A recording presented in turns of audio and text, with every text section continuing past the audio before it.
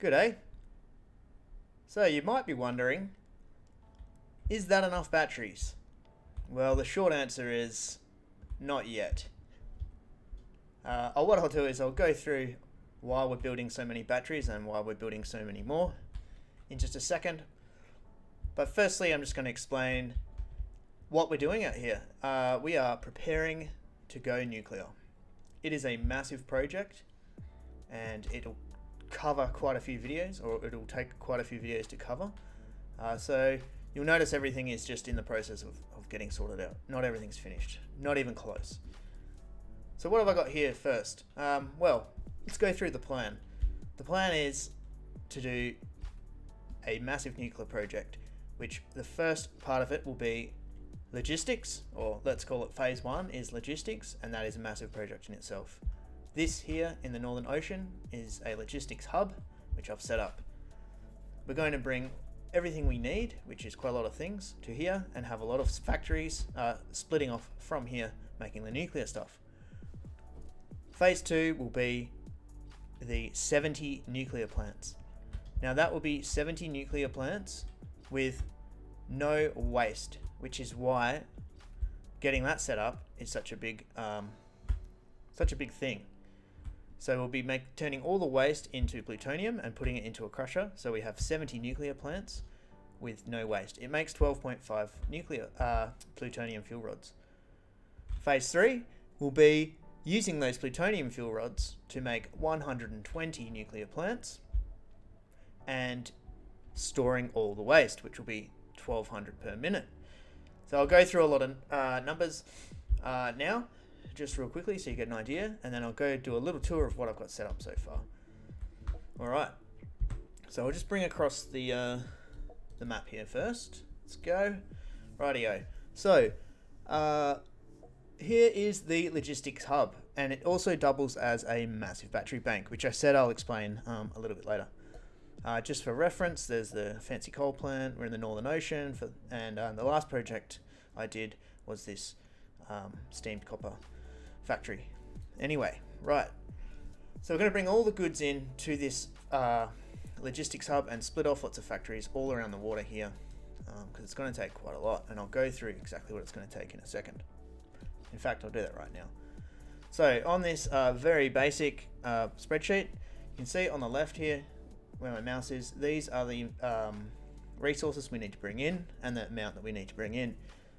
We're only actually using 600 uranium for the 70 nuclear plants, but we're actually feeding it more uranium to make the non-fissile stuff to deal with it.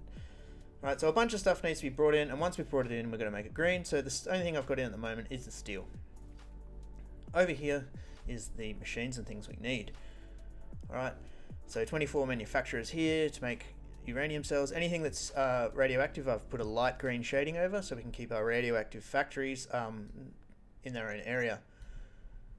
Here we have 14 uranium fuel rods, do 70 nuclear plants and 700 waste. This 700 waste here is going to get completely dealt with.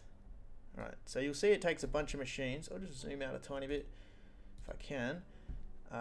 All these machines here, I'll highlight in this highlighted section, is going to make, that's not including a couple of little miscellaneous things over here, is going to make enough to make the 70 nuclear plants, and then from then on, we're dealing with, sorry, here we have here, I'm a bit all over the place, apologies.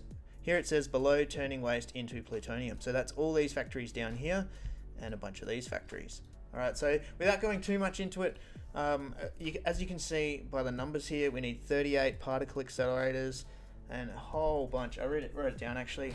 We need 132 manufacturers, 57 refineries, 37 particle accelerators. Alright, so it is huge. Right, this job is basically, without going through the whole spreadsheet, I'm just showing you the numbers here so you get an idea of how big this project is. Alright, so back here, we're going to bring all the goods from all over the world, which I've only planned out about half of, into this area and distribute it to make all those factories.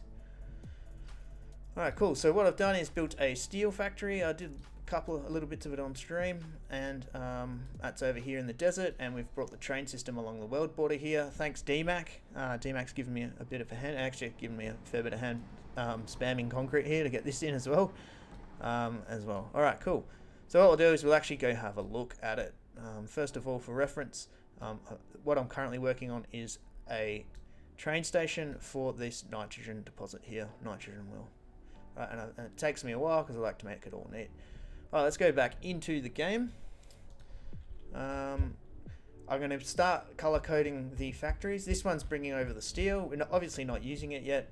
We're going to go underneath this factory, this logistics hub, to deal with everything. Load balancing and splitting off to where it needs to go, etc. And a nice boring train, steel and coal, and a nice boring name for the factory, the train station.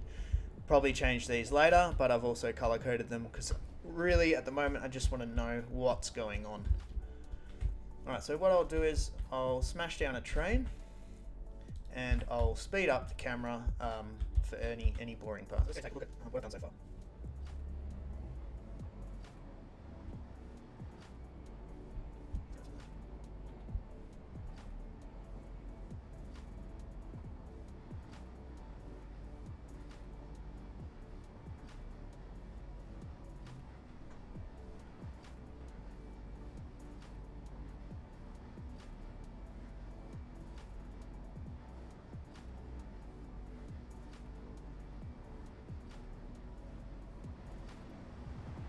Alright, so as we approach this corner here, I'll just say a couple of things. One of them is that, yes, that is temporary, that those bits hanging in the floor there, I will actually ground everything, as you can see it here. Just haven't got around to it. The other thing is, what I'll do is now, I will just stop here before I go too much further. And as it's becoming night, I haven't really scripted this video or planned it too much. I don't want to do it at the night time. It's getting dark. What I'll do is I'll just give it 5 minutes and let that nighttime pass, and I'll come back. Alright, so the night has passed and the sun is just starting to poke its head over the hill there, so let's go ahead and make the rest of this video.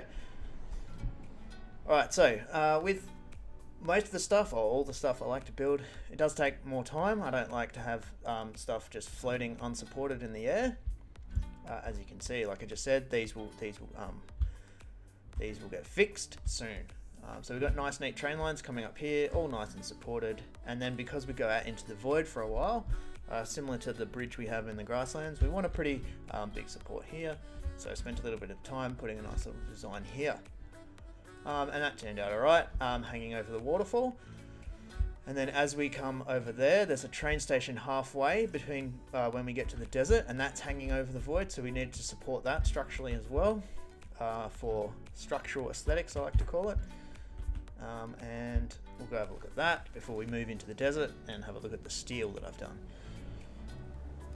Alright, thanks again DMAC for helping me spam some train lines out the other night. Much appreciated.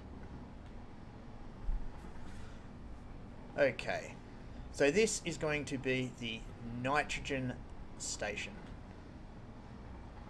What I'll do is I'll just abandon this train, hop out on the hover pack, and here we go, nitrogen load, a nice boring name for the train station, but I've just hopped out to show you how I've decided to support everything in a kind of sci-fi kind of way. As you'll see, this train station is hanging over the void, but nice and supported into the rock wall there. The nitrogen node itself is just up here. I'll go do that probably next.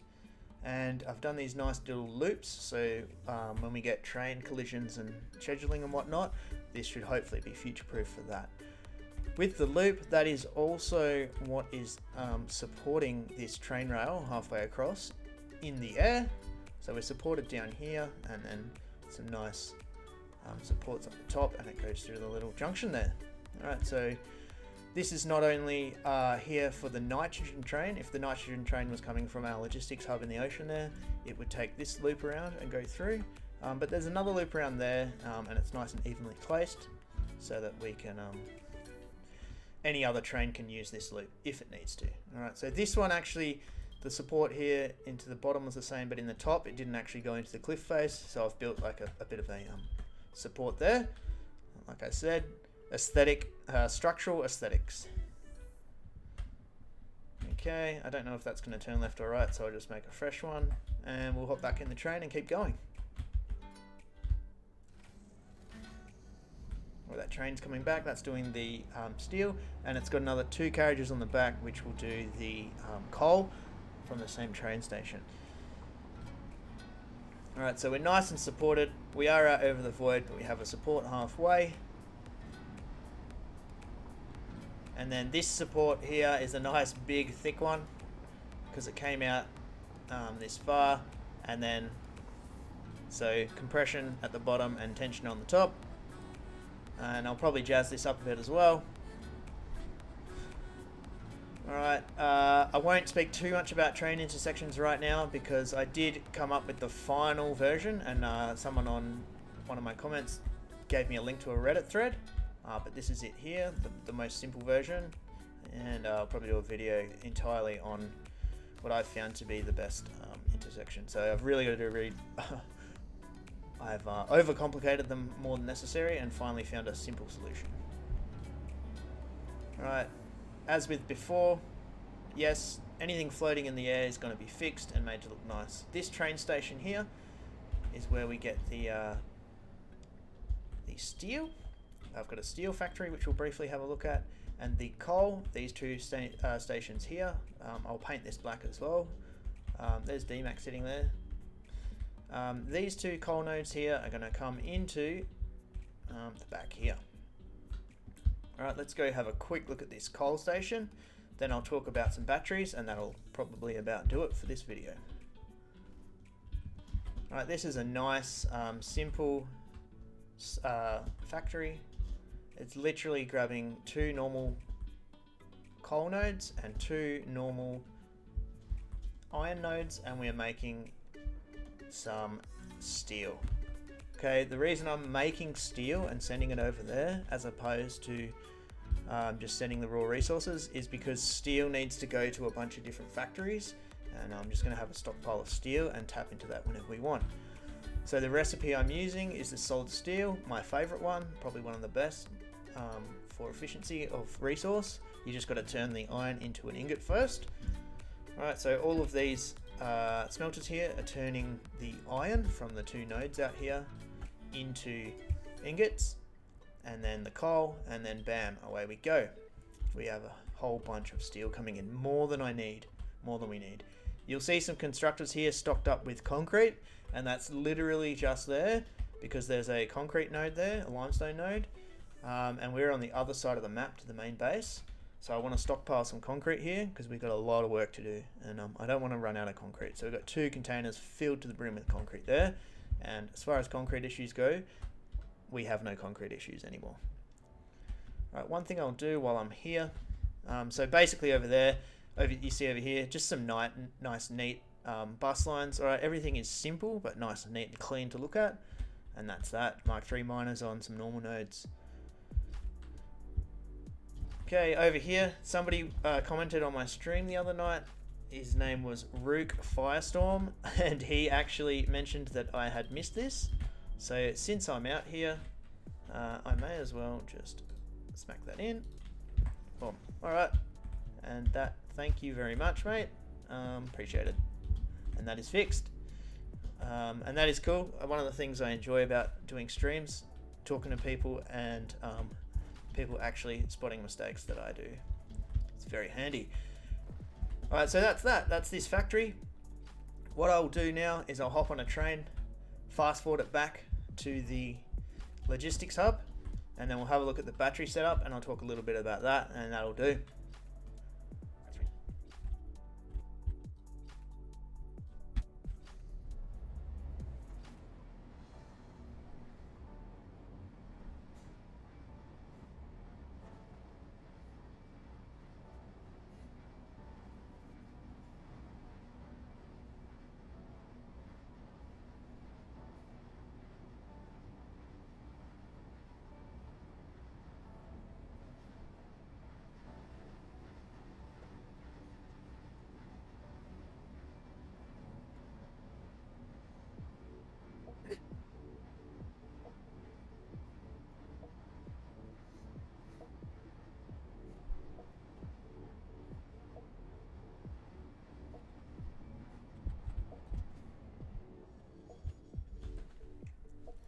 Okay, so here we are back at the logistics hub for the nuclear project. A couple of things I'll quickly point out is, yes, we have a hypertube cannon here.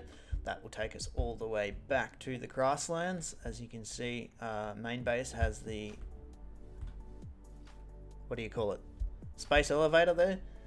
And what we have here is just a little temporary storage because as we go to and from the main base, playing in vanilla, we need to bring a lot of storage, a lot of stuff to build things with. Righto, so let's talk about the batteries. We have decided to go a little bit crazy with it, but it's always good to have more than you need, especially when it comes to, well, even when it comes to power storage.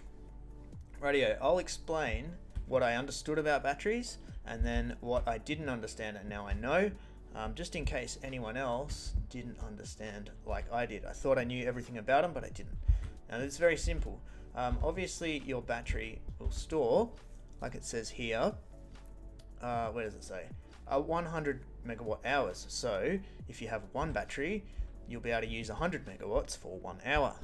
Okay, so let's take the example of 10 batteries. Are these fully charged? Yes, they are. 10 batteries, let's just get 10 batteries. That's not 10. Alright, so here. Alright, so what do we have here? I'll disconnect this. We have well, it's not quite full, but anyway, all right, let's say we got 10 batteries. I can then burn 1,000. What's going on here? Never mind. I can burn 1,000 megawatts for an hour, right? I understood that. No news there. Should be no news for anyone. Then I understood that if we were only burning 100 megawatts out of this 1,000, we'd be able to use it for 10 hours, okay? Because we're not using as much. But what I didn't understand was I thought the most you could get out of 10 batteries would be 1,000 megawatts. It's actually more because what I didn't understand, if I go to power and go to battery, if I hover over this, you'll read that it says over here, max discharge rate unlimited. Now this is the thing that was new to me. Probably wasn't paying attention. Most of you probably already know, but that means that I can draw out of 10 batteries. I can draw 2,000 megawatts if I want, but it will only last half an hour, and so on and so forth. So I can actually draw as much power as I want. Let's say I could draw like 50,000 megawatts out of this, but it would only last for 15 seconds or whatnot. Okay, so that's the concept I didn't understand, which is why we're building so many, because if we have a look at the power, let's go to this power pole. So it's not a battery. All right, we've got our little switch here, which will plug the whole lot in. We're actually using, out of our 72,000 megawatts, we're actually using nearly 52, and not even all of our factories are turned on, as you can see by this max consumed here. So we are definitely going to push it over the limit.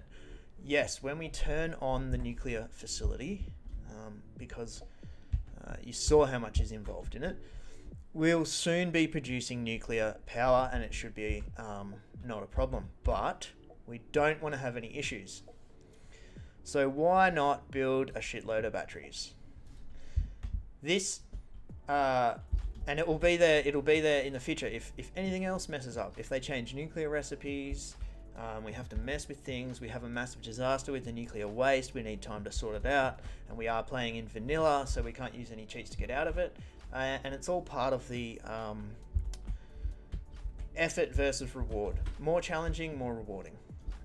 So this is a project that's kind of a side project, which we're just chipping away at. This is a 49 by 49 tile. That over there is the center tile. And we have a little couple of storage containers here, and every now and then we'll just slap another line on this. What's holding us back at the moment is the modular frames, and that's basically it. We're going to have 2,400 or 2,400 batteries. It's actually 2,401, but let's just say 2,400 batteries. So this is a little mini epic project in itself, and it's pretty fun, and we are going a little bit overboard with it, but why not? Anyway, that's where we're at so far. This nuclear project is going to take a few videos. I'm going to try finish the logistics side of things. and do a little tour of that for the next one. And then the actual building of the nuclear plants itself is not even the hard part of it. It's all the preparation work that goes into it. Alright, so that'll do for now. I hope I covered everything I needed to cover. What I'll do is I'll probably stream a few times between now and the next video. And yeah, hope you enjoyed that one, and I will catch you later.